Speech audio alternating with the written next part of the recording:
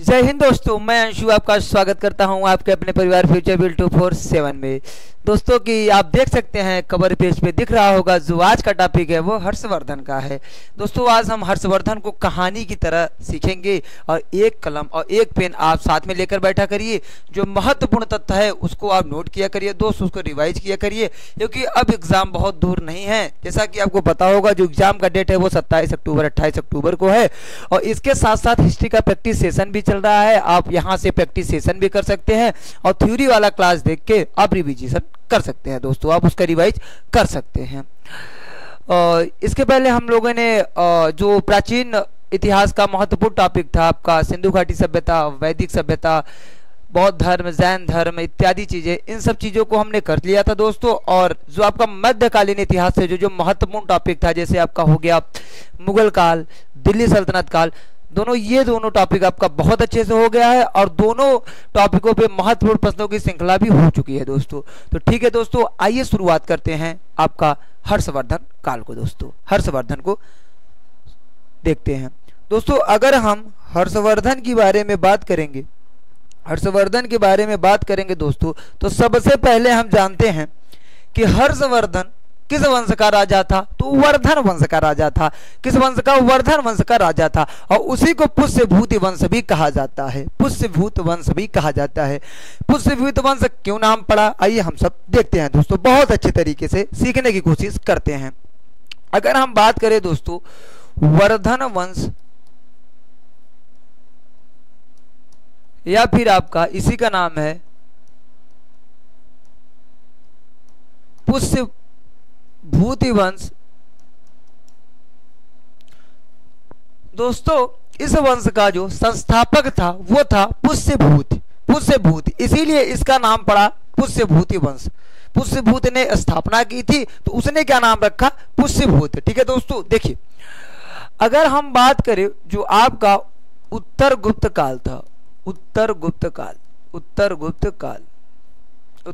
काल, जैसा कि आपको पता होगा जो गुप्त काल के कुमार गुप्त, स्कंद गुप्त थे, इन्हीं के समय हूणों का जो आक्रमण था वो स्टार्ट हो गया। दोस्तों आइए जानते हैं कि हूणों कहां से आए थे। जो हूणों थे वो मध्य एशिया या चीन की तरफ से आए थे और वो भारत पर आक्रमण करते थे। उस समय कौन राजा था? सबसे ज्यादा अगर हूणों के आक्रमण के बारे में बात करेगा तो स्कंद गुप्त और कुमार गुप्त के शासन काल में हुआ था दोस्तों।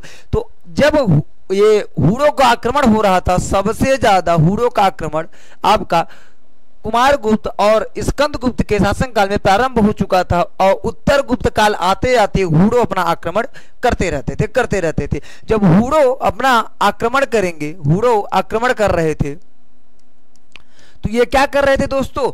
उत्तर गुप्त काल को कमजोर कर रहे थे। क्या कर रहे थे? कमजोर कर रहे थे। एकदम कहानी की तरह सीखेंगे दोस्तों, बिल्कुल आपको एक परसेंट नर्वस नहीं होना है ना कंफ्यूज होना है, एकदम कहानी की तरह सीखेंगे।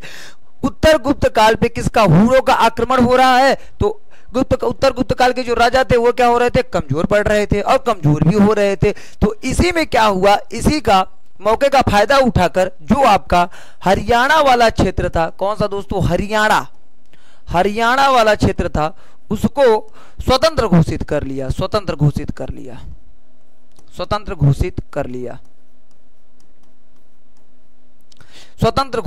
लिया। किसने दोस्तों? पुष्यभूति ने। किसने? पुष्यभूति ने स्वतंत्र कर लिया दोस्तों।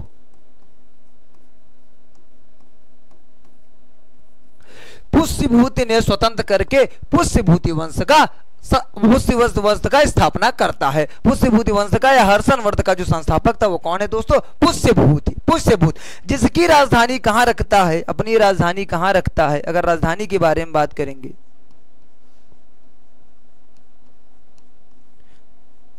अपनी राजधानी कहां रखता है दोस्त?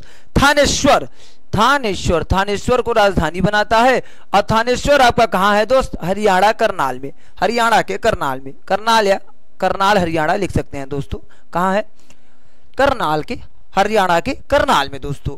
आशा करता हूं आपको कैसे वर्धन वंश या पुष्यभूत वंश का स्थापना हुआ बहुत अच्छे से समझ में आया होगा।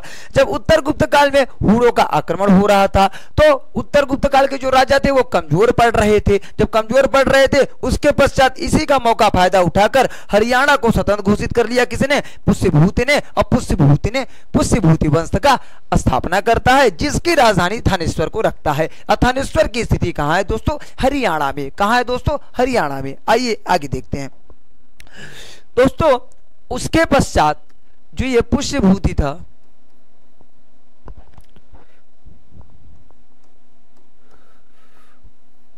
पुष्यभूति के पश्चात कौन राजा बनता है दोस्तों? पुष्यभूत के पश्चात नंदवर्धन राजा बनता है, नंदवर्धन। उसके पश्चात दोस्तों आदित्यवर्धन, आदित्यवर्धन राजा बनता है। और इस वंश का जो सबसे महत्वपूर्ण शासक है वो कौन है? प्रभाकर वर्धन, प्रभाकर वर्धन, प्रभाकर वर्धन राजा बनता है दोस्तों, प्रभाकर वर्धन राजा बनता है। यहां तक आपको बहुत अच्छे से समझ में आया होगा। अगर हम बात करें, देखिए मैप के माध्यम से समझते हैं।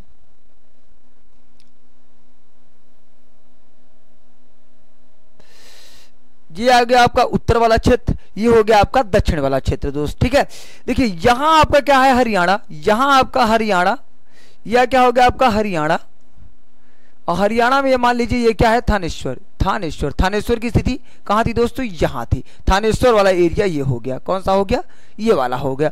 आशा करता हूं आपको थानेश्वर की स्थिति पता हो गया दोस्तों। आइए हम आगे देखते हैं दोस्तों। जो हमारी ये प्रभाकर वर्धन थे, कौन? प्रभाकर वर्धन।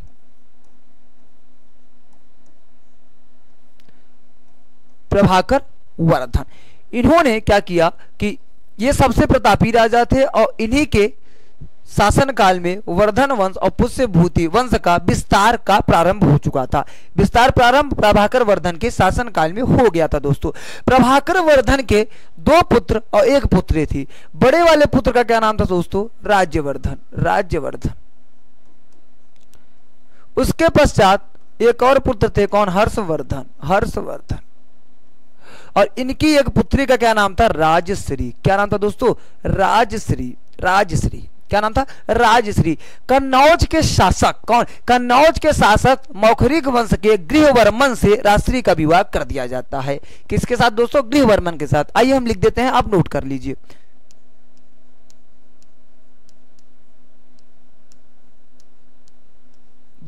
गृहवर्मन के साथ विवाह कर दिया जाता है। विवाह होता है किसका? राजश्री का। अगर दोस्तों हम बात करेंगे राज्यवर्धन, हर्षवर्धन और राजश्री का, तो जो राज्यवर्धन था ये 4 साल बड़ा था। किससे? हर्षवर्धन से 4 साल बड़ा था। और जो राजश्री से हर्षवर्धन लगभग 1.5 साल का बड़ा था, 1.5 साल का बड़ा था दोस्तों।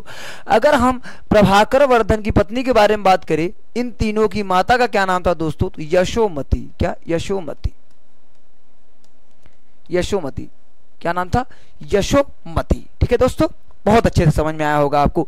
आइए अब हम देखते हैं इनका मैप के माध्यम से कि कहां पे कन्नौज है, कैसे कैसे आक्रमण हुए, कैसे कैसे साम्राज्य विस्तार हुए, एक एक चीज को समझते हैं। ठीक है दोस्तों, आइए देखिए दोस्तों।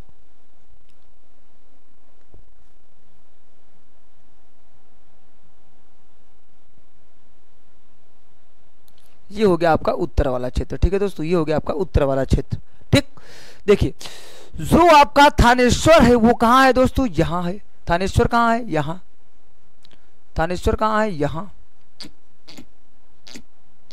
यहां क्या हो गया दोस्तों? थानेश्वर, थानेश्वर।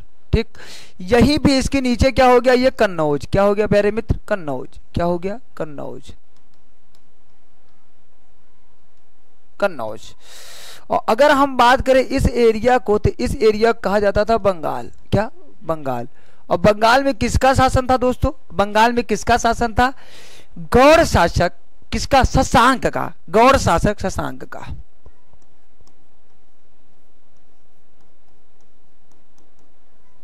गौड़ शासक कौन? शशांक।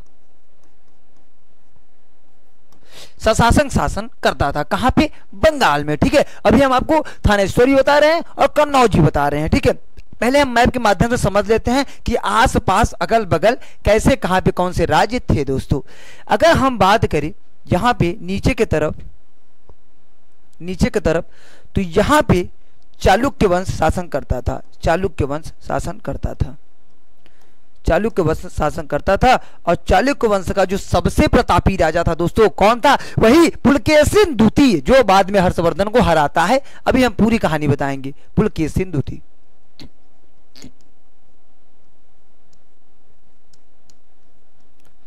पुलकेशिन सेकंड द्वितीय, ठीक है दोस्तों। ये आपका क्या हो गया? चालुक्य वंश का शासक था। और ये क्या है? इसकी राजधानी क्या थी? इसकी राजधानी, अगर राजधानी के बारे में बात करेंगे तो राजधानी क्या थी प्यारे मित्रों? कर्नाटक। क्या थी? कर्नाटक। क्या थी? कर्नाटक। आइए थोड़ा हम यहां देख लेते हैं कि ये जो बीच वाला एरिया है इसी को कहा जाता था मालवा। क्या दोस्तों? मालवा। मध्य प्रदेश में मालवा। क्या दोस्तों? मालवा। और मालवा में जानते हैं कौन शासन करता था? मालवा में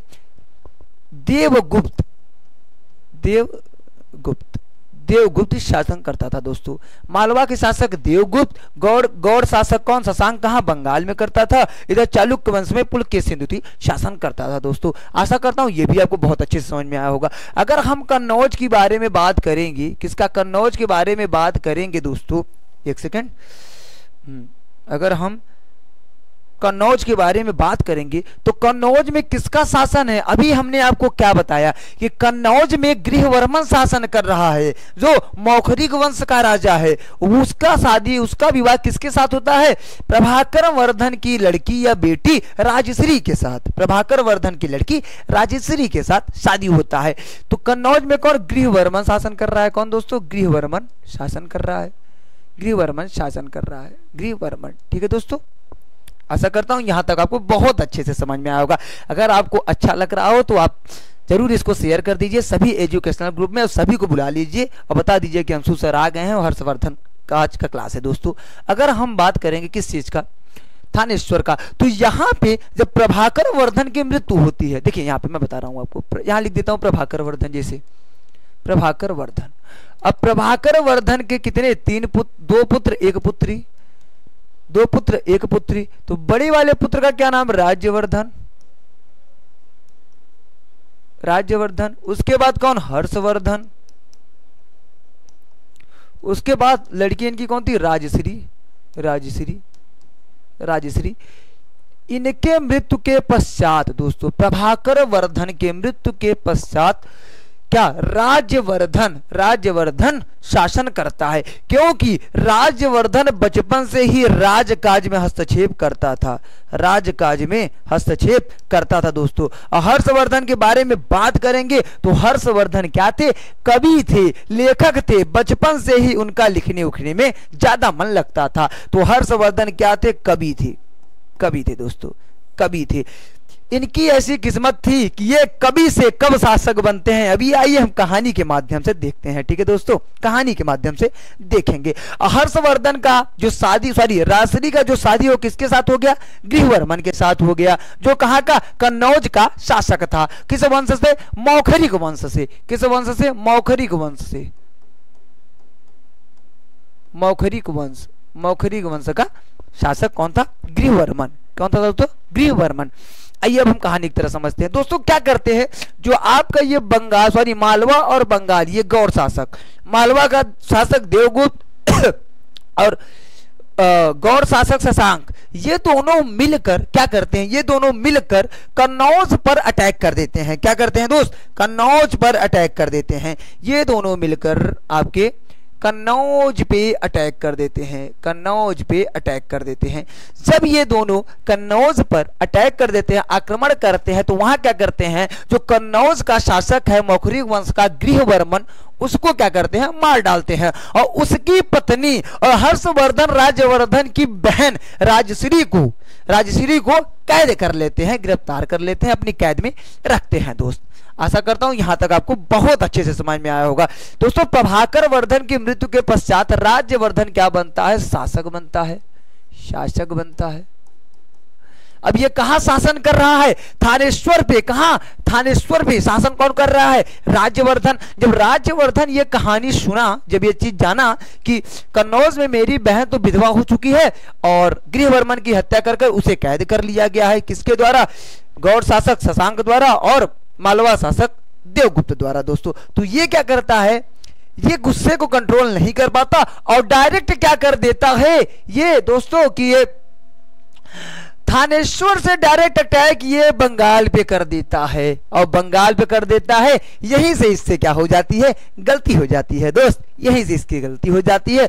और क्योंकि जो गौड़ शासक शशांक था वो वेट कर रहा था और भारी भरकम सेना लेकर तैयार था, जब ये आते हैं राज्यवर्धन वहीं पे इनकी ये मृत्यु कर देता है, वहीं पे इनकी ये मृत्यु कर देता है दोस्तों। आशा करता हूं ये भी आपको बहुत अच्छे से समझ में आया होगा। ठीक है दोस्तों, बहुत अच्छे से समझ में आया होगा, क्योंकि मालवा शासक को ये हराकर अपनी बहन को छुड़ा लेता है और जब वहां पे आक्रमण करता है तो वहां क्या होता है दोस्त कि ये हार जाता है और इसकी मृत्यु हो जाती है।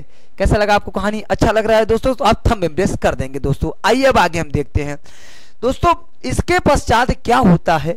जो आपके हर्षवर्धन था, एक सेकंड,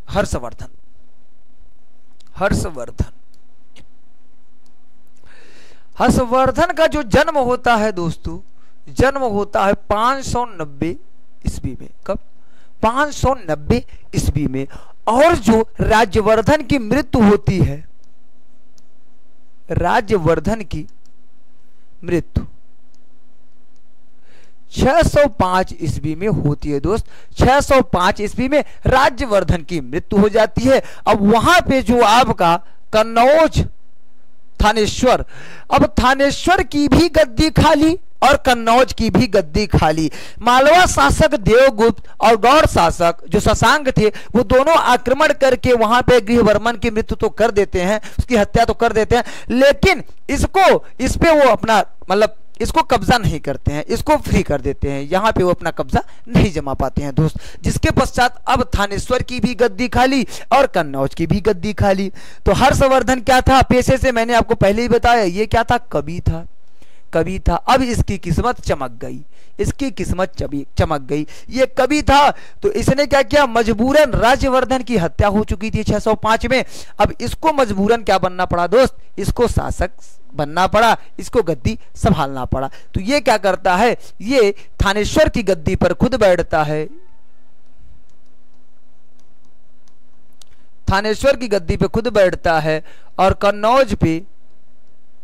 कन्नौज पर अपनी बहन, विधवा बहन राष्ट्री को वहां का जो शासन है उनको दे देता है और थानेश्वर पे ये खुद शासन करता है दोस्तों।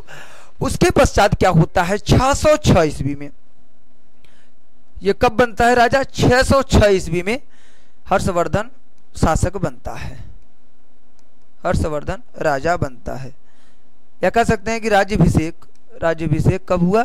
606 ईस्वी में। कहां? थानेश्वर की गद्दी खुद संभालता है, थानेश्वर की गद्दी ये खुद संभालता है और कन्नौज पे अपनी बहन को शासन करने देता है दोस्त। बहुत अच्छे से समझ में आ रहा होगा। उसके बाद दोस्तों जो ये हर्षवर्धन था ये धीरे धीरे क्या करता है? ये अपनी जो राजधानी थी थानेश्वर, धीरे धीरे कन्नौज को भी अपने में ही मिला लेता है और धीरे धीरे ये क्या करता है? थानेश्वर से राजधानी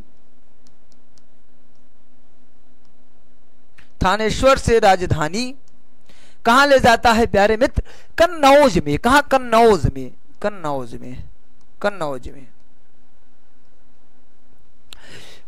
में ये राजधानी ले जाता है। कहां दोस्तों? कन्नौज में ये राजधानी ले जाता है। आइए अब हम अच्छे तरीके से समझने की कोशिश करते हैं दोस्त, मैप के माध्यम से। ठीक है दोस्तों, ये हो गया पूरा भारत आपका। ठीक, ये हो गया आपका पूरा भारत। अब क्या है?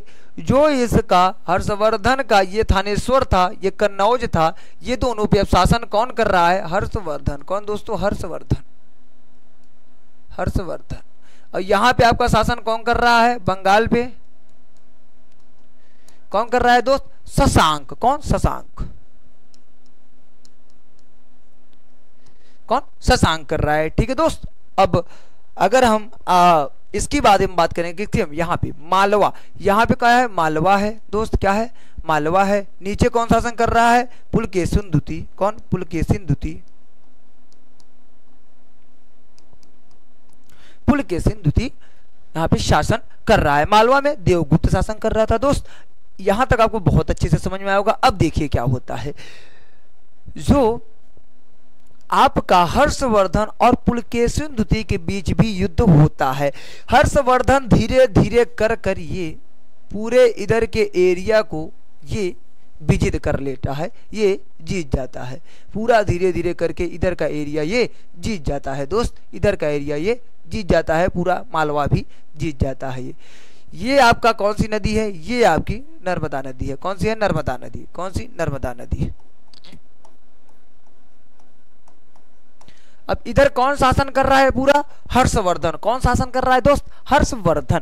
इसके पश्चात पुलकेशिन द्वितीय और हर्षवर्धन के बीच जब संघर्ष होता है तो हर्षवर्धन के दरबार में बाणभट्ट नामक दरबारी कवि था और इसका मित्र भी था, क्योंकि पेशे से ये भी कवि था और पेशे से वो भी कवि था। तो हर्षवर्धन का जो दरबारी कवि था दोस्त, वो कौन था, आइए देखते हैं, हम यहां समझते हैं, अच्छे तरीके से समझने की कोशिश करते हैं। देखिए दोस्त, हर्षवर्धन वर्षे से आप बनाम कह सकते हैं पुलकेशिन द्वितीय।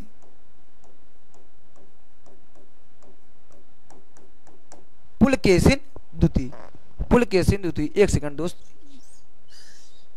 मैं यहां लिखता हूं, हर्षवर्धन वर्सेस पुलकेशिन द्वितीय, पुलकेशिन द्वितीय, पुलकेशिन द्वितीय। जैसे दोस्त हर्षवर्धन का दरबारी कवि बाणभट्ट था, वैसे ही पुलकेशिन द्वितीय का जो दरबारी कवि था वो कौन था दोस्त, कौन था, रवि कीर्ति। कौन था, रवि कीर्ति। कौन था दोस्त, रवि कीर्ति। ठीक है, तो यहां हम लिख देते हैं हर्ष और यहां लिख देते हैं पुलकेशिन, पुलकेशिन। ठीक, इसका दरबारी कवि कौन था दोस्तों, बाणभट्ट। कौन, बाणभट्ट। अगर हम इसके बारे में बात करेंगे तो इसका कौन था, रवि कीर्ति। कौन, रवि कीर्ति, रवि कीर्ति। ठीक है दोस्त, रवि कीर्ति। तो ये जो बाणभट्ट है ये अपनी रचना हर्षचरित में कहता है कि हर्षवर्धन पुलकेशिन द्वितीय को हराया था, हर्षवर्धन पुलकेशिन द्वितीय को हराया था। जबकि पुलकेशिन द्वितीय का जो दरबारी कवि था वो था रवि कीर्ति। वो क्या कहता है, किसमें, ऐहोल अभिलेख, ऐहोल अभिलेख में, ऐहोल अभिलेख कहाँ है दोस्त, कर्नाटक में। भूलना नहीं है आपको, कर्नाटक ने, कर्नाटक ने। कौन लिखता है, रवि कीर्ति लिखता है। कौन लिखता है, रवि कीर्ति लिखता है दोस्त। और एक मजे की बात बताऊं आपको, उसमें ऐहोल में क्या लिखता है ये कि पुलकेशिन द्वितीय किसको हराता है, हर्षवर्धन को हराता है। और इतिहास का जो सबसे ज्यादा जहां से तथ्य लेते हैं तो कहा जाता है कि पुलकेशिन द्वितीय जीत चुका था, क्योंकि पुलकेशिन द्वितीय की सेना ज्यादा थी और उसका जो सेना प्रशासन था वो बहुत मजबूत था हर्षवर्धन के अपेक्षा दोस्त, हर्षवर्धन के अपेक्षा। आशा करता हूं आपको बहुत अच्छे से ये कहानी बहुत अच्छे से समझ में आया होगा दोस्तों। अगर हम चालुक्य वंश के बारे में बात करें, चालुक्य वंश के बारे में बात करें, क्या चालुक्य वंश के, तो चालुक्य वंश का संस्थापक था पुलकेशिन। कौन, पुलकेशिन। और पुलकेशिन का ही नाती कौन था, मतलब पुत्र का पुत्र पुलकेशिन द्वितीय। और इनकी राजधानी क्या थी, कर्नाटक। आइए हम लिख देते हैं ताकि आप नोट कर लीजिए, राजधानी क्या थी, कर्नाटक। क्या थी दोस्तों, कर्नाटक। वहीं पे क्या स्थित है, ऐहोल अभिलेख। क्या, ऐहोल अभिलेख किसके द्वारा लिखा जाता है, रवि कीर्ति के द्वारा। उसी से क्या जानकारी मिलता है आपको कि पुलकेशिन द्वितीय हर्षवर्धन को हराया था, पुलकेशिन द्वितीय हर्षवर्धन को हराया था। बाणभट्ट द्वारा हर्षचरित में यह भी कहा गया कि बंगाल शासक शशांक को भी इसने हराया था, लेकिन इसका कोई साक्ष्य नहीं है दोस्त, वो तो ये भी लिखा था। आइए अब हम आगे देखते हैं दोस्तों। जब ये पुलकेशिन द्वितीय और हर्षवर्धन के बीच संघर्ष होता है तो उसके पश्चात यह निर्णय हो जाता है कि नर्मदा नदी के उस पार हर्षवर्धन शासन करेगा और नीचे पुलकेशिन द्वितीय शासन करेगा। हर्षवर्धन नीचे नहीं आता था दोस्त। तो कह सकते हैं, क्योंकि पहले पहले के वैदिक काल में हम आपको पहले ही बताएं कि जब आपके क्या नाम है आर्य आते हैं तो सप्त सांध्य प्रदेश में बसते हैं, धीरे धीरे वो उत्तर भारत के पूरे इलाका में बस जाते हैं, जिसको क्या नाम देते हैं, आर्यावर्त। क्या नाम देते हैं, आर्यावर्त। तो क्या करता है हर्षवर्धन, पंजाब को छोड़कर पूरे आर्यावर्त को ये विजित कर चुका था, मतलब जीत चुका था। दोस्तों अगर हम हर्षवर्धन के उत्तर से दक्षिण पूरब पश्चिम तक का शासन विस्तार देखें, क्या शासन विस्तार, शासन विस्तार, तो दोस्तों उत्तर में ये कश्मीर तक था और नीचे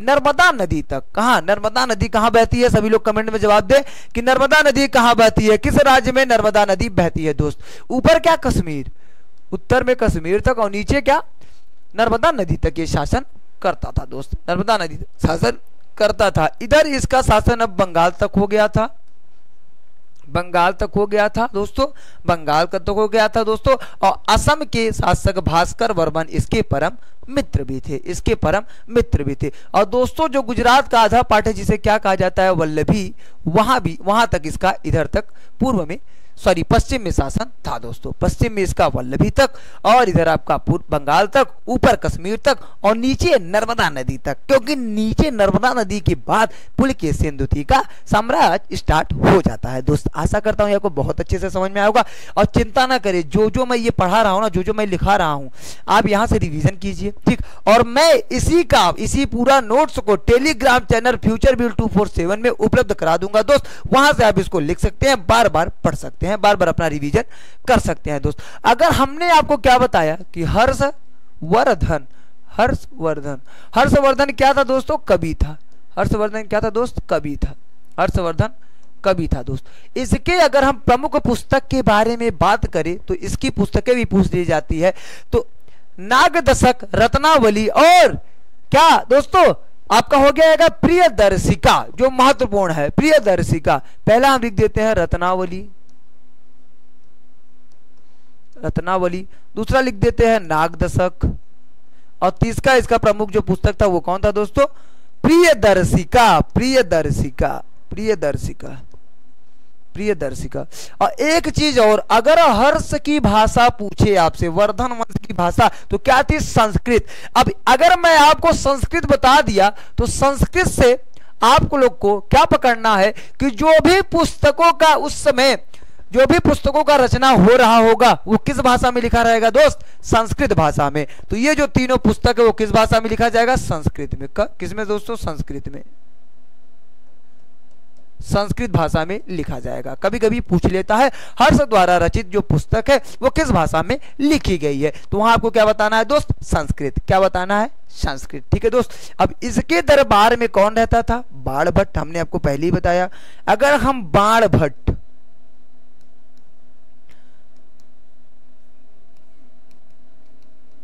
हम बाणभट्ट के बारे में बात करेंगे दोस्तों, तो इसका भी 3 पुस्तक है। क्या, 3 पुस्तक। पहला पुस्तक हर्षचरित, उसके बाद कादंबरी और तीसरा पुस्तक है दोस्तों इसका चंडी शतक। दोस्तों चंडी शतक पूछ लेता है, क्योंकि चंडी शतक जल्दी कोई नहीं बताता, लेकिन हम आपको चंडी शतक भी बता रहे हैं दोस्त। आइए हम लिख रहे हैं पहला पुस्तक, हम इसका क्या लिख दें, हर्षचरित। क्या दोस्त, हर्षचरित। हर्षचरित में हर्षवर्धन के बारे में ये बताया है। दूसरा इसका क्या हो गया दोस्त, कादंबरी। क्या, कादंबरी। और तीसरा इसका क्या हो जाएगा दोस्त, चंडी शतक।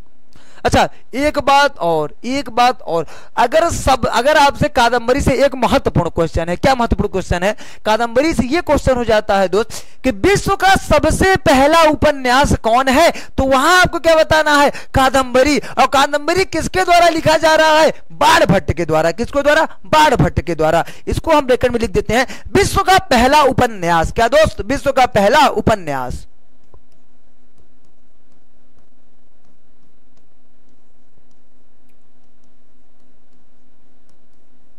विश्व का पहला उपन्यास कौन सा हो गया, कादंबरी। किसके द्वारा लिखा गया, बाणभट्ट के द्वारा। अच्छा आपको एक इंटरेस्टिंग बात बताता हूं दोस्तों, देखिए इंटरेस्टिंग बात क्या है कि नाम क्या, हर्षवर्धन। नाम क्या, हर्षवर्धन। हर्षवर्धन का बारे में जो बुक है वो कौन सा है, हर्षचरित्र। क्या, हर्षचरित्र। हर्षचरित। हर्षचरित को कौन लिख रहा है? बाणभट्ट। कौन लिख रहा है? बाणभट्ट। बाणभट्ट। वही दोस्तों, अगर हम एक पुस्तक क्या है, बाणभट्ट है, बाणभट्ट, कौन सा? बाणभट्ट भी पुस्तक का नाम है। और बाणभट्ट को कौन लिख रहा है? हजारी प्रसाद द्विवेदी। कौन लिख रहा है दोस्त? हजारी प्रसाद द्विवेदी। यहां से आपको कंफ्यूज नहीं होना है, क्योंकि कभी कभी अगर आप नहीं पढ़े हैं, अगर आपसे पूछ लेगा बाणभट्ट किसने लिखा है, तो वहां अगर ऑप्शन दे देगा आपको कि बाणभट्ट और हर्षवर्धन, तो आप वही मार देंगे। तो आपको इसको भी ध्यान में रखना है कि बाणभट्ट कौन लिखा है? हजारी प्रसाद द्विवेदी लिखा है। हर्षचरित जिसमें हर्ष के बारे में है, उसको किसने लिखा है? बाणभट्ट ने। किसने दोस्तों? बाणभट्ट ने। ठीक है दोस्तों, आशा करता हूं ये आपको बहुत अच्छा लगा होगा, और आप लोग कमेंट करते रहिए ताकि मेरा एनर्जी बढ़ता रहे दोस्त। आइए देखते हैं अब हम थोड़ा इसके धार्मिक चीजों के बारे में बात कर लेते हैं। धार्मिक चीजों के बारे में बात कर लेते हैं। किसके? धार्मिक चीजों के बारे में बात कर लेते हैं दोस्त। धार्मिक चीजों की अगर बाद में बात करें तो ये जो हर्षवर्धन था, ये शिव जी की उपासना करता था, शैव उपासक था। क्या दोस्त? शैव उपासक था, शैव उपासक था दोस्तों। इसी के दरबार में चीनी यात्री वेनसांग आता है। कौन आता है? चीनी यात्री वेनसांग आता है दोस्त। और क्या करता है वो देखते हैं, बताते हैं आपको। वेनसांग किसके दरबार में आता है? हर्षवर्धन के शासनकाल में भारत आता है, और ये लगभग 8 वर्ष तक भारत था दोस्तों। क्या? 8 वर्ष तक भारत में था। और वेनसांग ही सबसे ज्यादा बौद्ध धर्म से ये इसका इंटरेस्ट था दोस्तों, और इसी के कारण बौद्ध धर्म का इतना ज्यादा ये बखान करता है कि हर्ष को बौद्ध मानने पे मजबूर कर देता है। तो अगर हर्षवर्धन के बारे में बात करेंगे तो वेनसांग द्वारा किस? बौद्ध धर्म को ये मानने लगा था। किसको?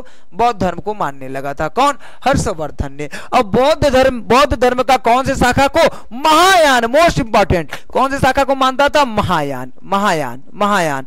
अच्छा दोस्तों, मैं इसलिए महायान बता रहा हूं क्योंकि एक जरूरी क्वेश्चन आपको बताऊं, जानना चाहते हैं कि क्योंकि जो बौद्ध धर्म है वो 2 पार्ट में बढ़ गया था, हीनयान, महायान। जैसे आपका जैन कैसे श्वेतांबर और दिगंबर में बटा था, तो महायान शाखा के जो ये है हर्षवर्धन थे उसके हो गए थे, और जो हीनयान है सेकंड बौद्ध धर्म का जो 2 पार्ट में बटा था, उसको जो एक्सेप्ट किए थे या उसका जो पालन करते थे वो आपके थे कौन? सम्राट अशोक। कौन था दोस्त? सम्राट अशोक। सम्राट अशोक किस शाखा को मानते थे?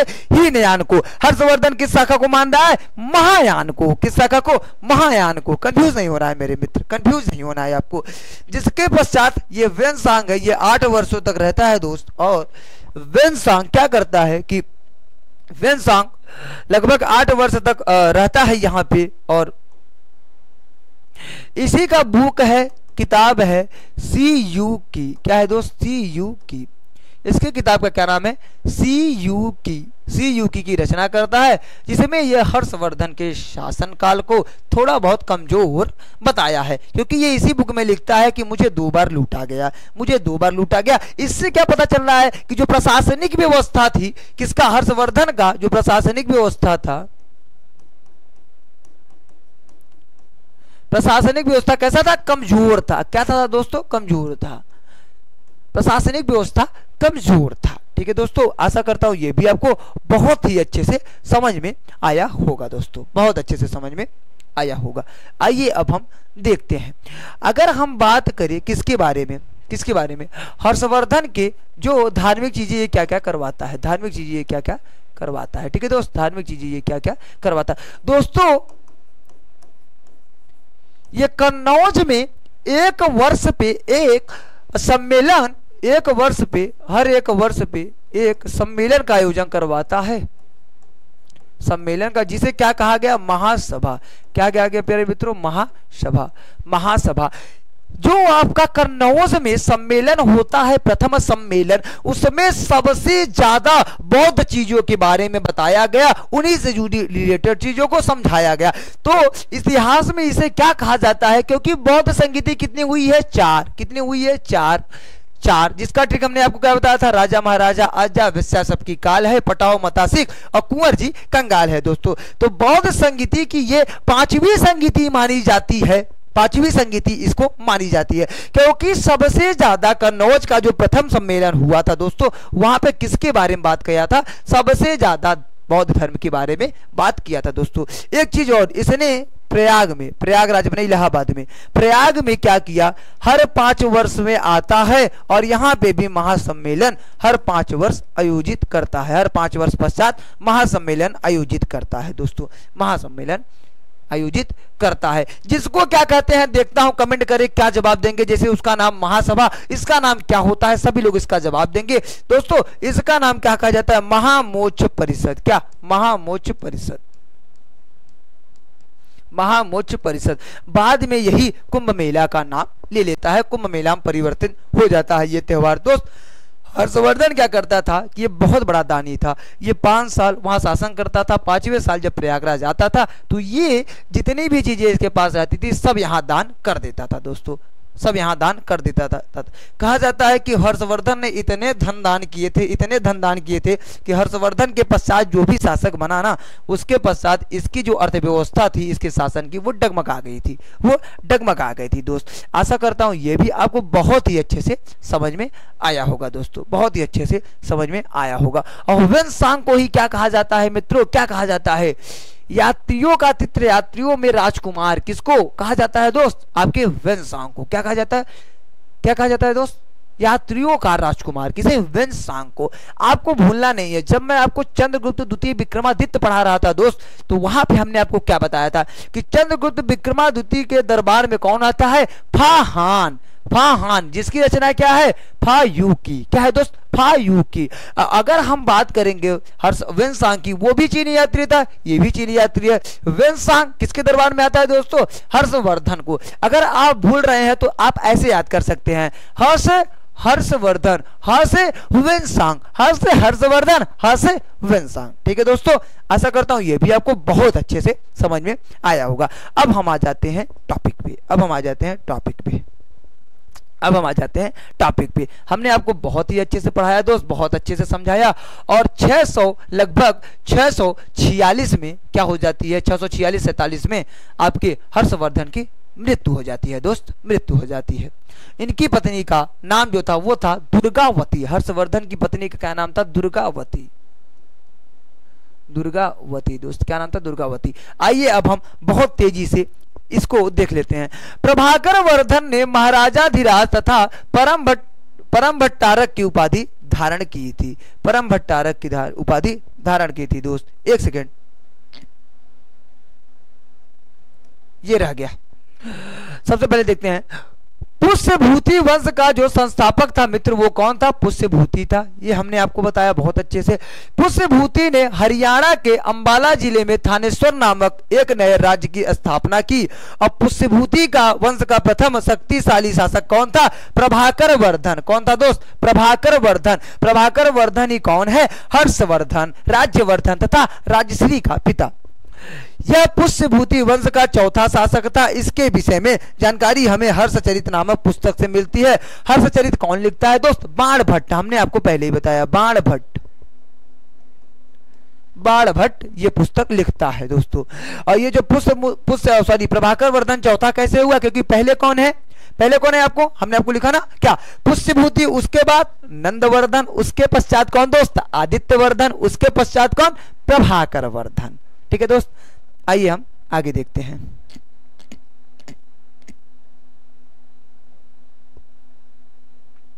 दोस्तों देखते हैं,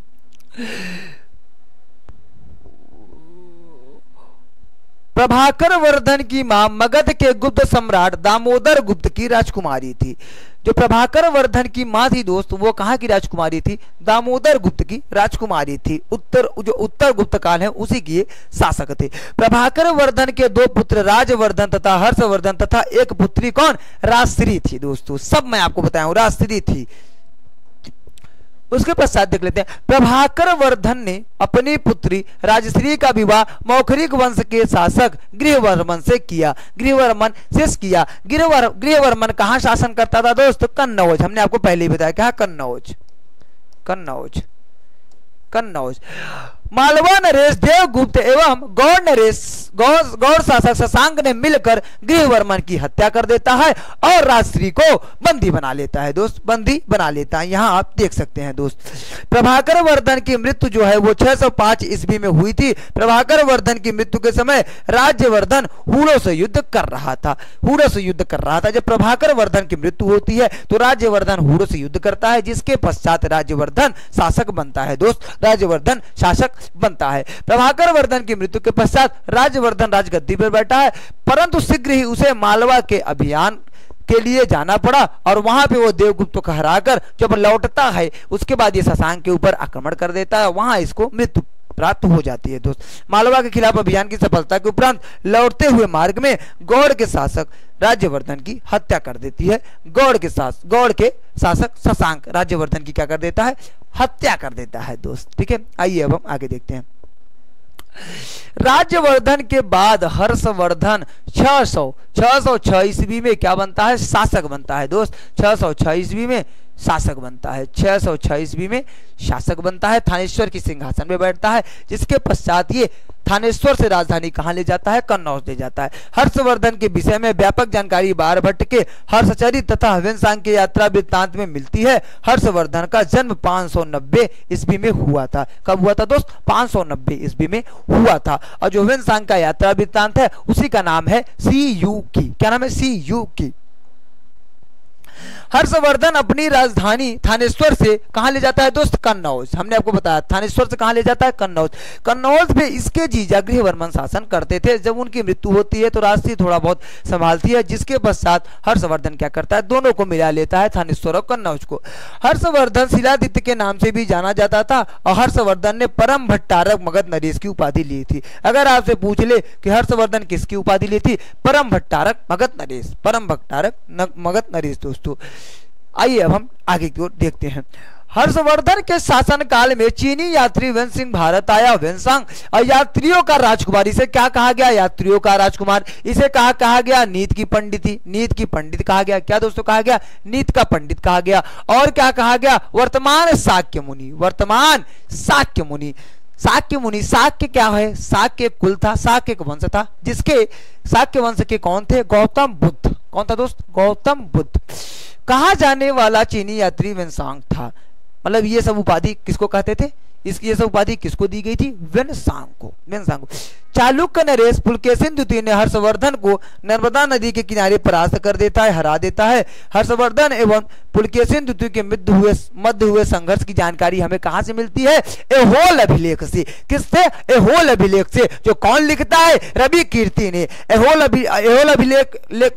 अभिलेख कहाँ है दोस्त, उसकी लोकेशन कहाँ है, तो कर्नाटक में। क्योंकि जो चालुक्य वंश पुलकेशिन द्वितीय था उसकी राजधानी कहाँ थी, कर्नाटक। कहाँ थी, कर्नाटक। ठीक है दोस्त, कर्नाटक। हर्षवर्धन ने कौन कौन सी पुस्तक लिखी, नागानंद, रत्नावली तथा प्रियदर्शिका। ये तीनों किताबें किस भाषा में है दोस्त, तो संस्कृत में। किसमें, संस्कृत में, संस्कृत में। प्रियदर्शिका में राजा उदयन तथा राजकुमारी प्रियदर्शिका के बारे में हर्षवर्धन ने बताया है दोस्त। हर्षवर्धन के दरबार में बाणभट्ट रहता था, मयूर रहता था, हरिदत्त तथा जयसेन आदि विद्वान थे दोस्तों। ये जैसे आज सबसे ज्यादा ये कवि ही थे। अधिकतर जो लोग रहते थे वो ज्यादातर कवि प्रवृत्ति के थे दोस्त। हर्षवर्धन बौद्ध धर्म की कौन सी शाखा, महायान। हमने आपको बताया ना, महायान शाखा का समर्थक था और हर्षवर्धन बौद्ध धर्म का अनुयायी भी था। कौन सी शाखा, महायान का। अगर अशोक के बारे में बात करेंगे तो अशोक किस वंश का था, अशोक किस शाखा का था, अशोक, सम्राट अशोक दोस्त हीनयान का। पहले ही हमने आपको बताया हीनयान का। मैं यहाँ लिख देता हूँ, आप नोट कर लीजिएगा, हीनयान का। ठीक है दोस्त, आशा करता हूं आपको बहुत अच्छा लग रहा होगा दोस्त। एक वीडियो में अगर हर्षवर्धन में बहुत अच्छे तरीके से खत्म कर रहा हूं तो दोस्तों आप समझ सकते हैं कितना मेहनत लगा होगा इसको बनाने में। मैं आपको फालतू चीजें नहीं बताने आया हूं, यहाँ पे जो जो इंपॉर्टेंट है एक कहानी की तरह मैं उसको समझाया, उसके बाद मैं इसके माध्यम से आपको दोबारा रिवीजन करवा दे रहा हूं दोस्त। 643 ईस्वी में चीनी सम्राट ने ल्याओ आई किंग नाम के दूत को हर्षवर्धन के दरबार में भेजा था। और हर्षवर्धन एक ब्राह्मण को और हर्षवर्धन वेन्सांग को भी कहां भेजता है? चीनी सम्राट के दरबार में। हर्षवर्धन प्रत्येक 5 वर्ष में प्रयाग में क्या एक धार्मिक सम्मेलन का आयोजन करता था। और हर्षवर्धन द्वारा प्रयाग में आयोजित सभा को क्या कहा जाता है दोस्त? महामोक्ष परिषद। महामोक्ष परिषद मैंने आपको बताया और ये आ भी गया, महामोक्ष परिषद दोस्त। ठीक है दोस्त, आइए अब हम नेक्स्ट देखते हैं। आप लोग शेयर वेयर नहीं करते दोस्त, आप लोग शेयर करिए ताकि हम लोग एनर्जेटिक रहें और सेशन के लास्ट तक बहुत अच्छे से बने रहे। किसी को जाना नहीं है, अभी हम आपको बहुत अच्छे से इसके बाद एक कहानी और बताएंगे इसको लेकर। जो दोस्तों राज्यवर्धन का प्रधानमंत्री था वो क्या था? भंडी। और हर्षवर्धन का प्रधानमंत्री कौन था दोस्त? अवंती। कौन था दोस्त? अवंती। और महासेनापति हर्षवर्धन का कौन था? सिंहनाद। क्या था दोस्त? सिंहनाद। क्या? सिंहनाद। आपको भंडी मोस्ट इंपॉर्टेंट है, भंडी मोस्ट इंपॉर्टेंट है, इसको आप जरूर याद करिएगा दोस्त। हर्षवर्धन की मृत्यु 647 ईस्वी में हुई। हर्षवर्धन की मृत्यु के बाद हर्षवर्धन का मंत्री उत्तराधिकारी बना। हर्षवर्धन की मृत्यु के बाद हर्षवर्धन का उत्तराधिकारी कौन बनता है दोस्त? इसका मंत्री बनता है। सभी लोग हमें बताएं कि हर्षवर्धन कितने वर्ष शासन किया था, तो आपको याद होना चाहिए 606 में ये गद्दी पे बैठता है, 647 में इसकी मृत्यु हो जाती है। तो लगभग कितने वर्ष प्यारे मित्र? 41 वर्ष शासन करता है हर्षवर्धन, 41 वर्ष शासन करता है। ठीक, हर्षवर्धन के समय भूमि कृषि उत्पादन का जो एक कर था वो कितना था? 1/6 था। 1/6, 1/6 मतलब अगर किसी खेत या कहीं भी उपज हो रहा है तो उसका 6 हिस्सा कर दिया जाता था और 1 हिस्सा इसको टैक्स के रूप में या कर के रूप में वसूलता था, ये दे दिया जाता था। आइए आगे देखते हैं। हर्षवर्धन के समय राजस्व का स्रोत के रूप में 3 प्रकार का कर था दोस्त, जिसका जिसका क्या नाम था? आइए हम तीनों करों का नाम बहुत अच्छे से देख लेते हैं। भाग, हिरण, बलि। भाग, हिरण, बलि। अगर आपसे प्रश्न पूछ ले कि हर्षवर्धन के काल में जो तीनों कर थे निम्न में से कौन नहीं है, दे देगा भाग, हिरण, बलि और एक कर और दे देगा, उसमें से आपको मारना है तो ये तीनों तो थे, जो चौथा ऑप्शन देगा वही आपका राइट आंसर हो जाएगा दोस्त। हर्षवर्धन द्वारा रचित पुस्तकें, तीनों पुस्तकों का हमने आपको नाम बता दिया, रत्नावली, नागदशक और प्रियदर्शिका। नागानंद, रत्नावली और प्रियदर्शिका। नागानंद, रत्नावली, प्रियदर्शिका तीनों किस भाषा में लिखी गई है? संस्कृत भाषा में। बार बार बता रहा हूं ताकि आपको याद हो जाए। तीनों कौन सी भाषा में लिखा गया है प्यारे मित्र? संस्कृत भाषा में। कौन सी? संस्कृत भाषा में। ठीक दोस्त। ओ, हर्षवर्धन के दरबार में जो विद्वान रहते थे दोस्त, आइए उसको देख लेते हैं। ये क्या हो गया? बाण भट्ट। बाण भट्ट, मयूर, हरिदत्त और जयसेन, चारों लोग रहते थे दोस्तों। आप देख सकते हैं यहाँ पे बाण भट्ट, मयूर, हरिदत्त तथा जयसेन। ठीक है दोस्त, जयसेन, ये चारों हर्षवर्धन के दरबार में विद्वान थे और ज्यादातर ये चारों कवि की प्रवृत्ति से थे दोस्तों। हर्षवर्धन की जो मंत्री परिषद थी दोस्तों, उसको देख लेते हैं। मंत्री परिषद, मंत्री परिषद दोस्तों। जो भंडी था दोस्त, भंडी वो कौन था? प्रधान सचिव था। भंडी किस पद पे था? प्रधान सचिव के पद पे था दोस्त। अगर हम सिंहनाद के बारे में बात करेंगे तो सिंहनाद किस पोस्ट पे था दोस्त? प्रधान सेनापति। क्या? प्रधान सेनापति। अगर कुंतल के बारे में बात करेंगे तो ये घोड़ों का सेना, जो घोड़े वाले सेने थे उनका ये प्रधान था, उनका ये प्रधान था। लगभग कहा जाता है कि हर्षवर्धन के सेना जो थी वो 1 लाख थी, लगभग 60,000 घोड़े वाली सेना थी दोस्तों। स्कंदगुप्त कौन थे? गज सेना का प्रधान। जो हाथी सेना का प्रधान था उसको क्या कहा जाता था? स्कंदगुप्त। और अवंती कौन था? युद्ध और शांति का मंत्री। युद्ध और शांति का मंत्री कौन था दोस्त? अवंती था। युद्ध और शांति का मित्र कौन था दोस्तों? अवंती था दोस्त। आशा करता हूं आपको हर्षवर्धन बहुत अच्छे से समझ में आया होगा। यहां से एक भी चीज नहीं छूटा है। इस पे हम महत्वपूर्ण प्रश्नों की श्रृंखला लाएंगे दोस्तों, वहां से आपको एक एक क्वेश्चन करा देंगे दोस्त, वहां से आपको एक एक क्वेश्चन करा देंगे दोस्तों। एक चीज आपको बताऊं, मैं जानता हूं जो उम्र होती है पढ़ने की वही उम्र आपकी हो जाती है बाबू सोना वाला चीज करने का दोस्तों। तो आप लोग को दोस्तों बाबू सोना वाला चीज कैसे करना है मैं बताता हूं, आपको शायरी बताता हूं दोस्त। ठीक है, न मोहब्बत होगी, आप लोग सब लोग क्या कहते हैं? ना मोहब्बत होगी, ना मोहब्बत की बात होगी, मोहब्बत जब भी होगी नौकरी के बाद होगी दोस्त, नौकरी के बाद होगी। लेकिन दोस्तों मैं क्या कहता हूं कि सब करिए, आप सब करिए। मोहब्बत भी होगी और मोहब्बत की बात भी होगी, मोहब्बत भी होगी और मोहब्बत की बात होगी। बस फर्क इतना होगा कि मोहब्बत जब भी होगी किताबों के साथ होगी दोस्त। किसके साथ? किताबों के साथ होगी दोस्तों। अगर आपको ये सेशन अच्छा लगा हो आप शेयर कर दीजिएगा, सब्सक्राइब कर दीजिएगा दोस्तों, ताकि आपको जो भी इसका नोटिफिकेशन मिले, आपको पता चल जाए कि अब ये क्लास स्टार्ट होने वाला है दोस्त। और फ्यूचर बिल 247 पे सभी क्लास जोरदार तरीके से चल रही है दोस्त, और बहुत जल्द हम करंट अफेयर्स भी स्टार्ट करने वाले हैं और स्टैटिस्टिक्स की भी क्लासेस देने वाले हैं दोस्त। तो आप लोग हमारे चैनल टेलीग्राम फ्यूचर बिल 247 पे जुड़ के सभी ये जितने भी पीडीएफ है सब वहां से आप प्राप्त कर सकते हैं, सब वहां पे उपलब्ध करा दिया जाता है दोस्त, और सभी वहां से कलेक्ट करके आप रिवीजन कर सकते हैं दोस्त। ठीक है दोस्त, जाते जाते सभी लोग एक बार लिख देंगे जय हिंद दोस्त। मिलते हैं नए सेशन के साथ। जय हिंद दोस्त।